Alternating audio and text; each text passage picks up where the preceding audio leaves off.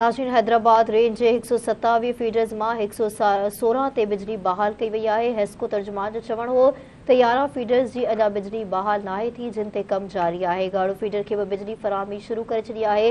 Hesco तर्जुमान मूजिब बुघाड़ section ते बिजली बहाली जो कम जारी आहे। हैदराबाद में खबर आवाज़ शेयर कई पिया। हैदराबाद रेंज के 127 फीडर्स में 116 बिजली बहाल नाहे थी, जिन ते कम जारी आहे। गाढ़ो फीडर के भी बिजली फराहमी शुरू करे छॾी आहे। हेस्को तर्जुमान मौसम बुघाड़ सेक्शन ते बिजली बहाली जो कम जारी आहे। कुंडी समारो पिथोरो में बिजली बहाली लाइ कोशिशूं जारी आहिनि। अपडेट कंदासीं नाज़रीन के हैदराबाद रेंज जे 127 फीडर्स मां 117 ते बिजली बहाल कई वई आहे। हेस्को तर्जुमान जो चवणु हो त 11 फीडर्स जी अञा बिजली बहाल नाहे थी, जिन ते कम जारी आहे। गाढ़ो फीडर खे बि बिजली फराहमी शुरू करे छॾी आहे। हेस्को तर्जुमान मूजिब बुघाड़ सेक्शन ते बिजली बहाली जो कम जारी आहे। कुंडरी समारो पिथोरो में बिजली बहाली लाइ कोशिशूं जारी आहिनि। हैदराबाद में खबर आवाज़ शेयर कई पिया। हैदराबाद रेंज के 127 फीडर्स में 116 ते बिजली बहाल कई वई आहे। हेस्को तर्जुमान जो चवणु आहे त 11 फीडर्स जी अञा बिजली बहाल नाहे थी, जिन ते कम जारी आहे। गाढ़ो फीडर की भी बिजली फराहमी शुरू करे छॾी आहे।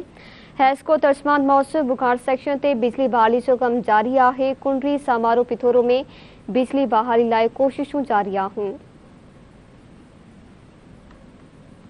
अपडेट कंदासीं नाज़रीन खे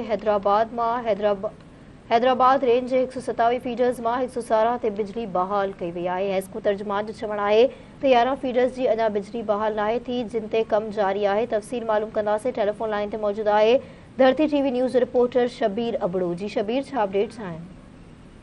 जी बिल्कुल, हैदराबाद में बरसात बाद हेस्को रीजन में बिजली बंद थियण वारो मामलो आहे।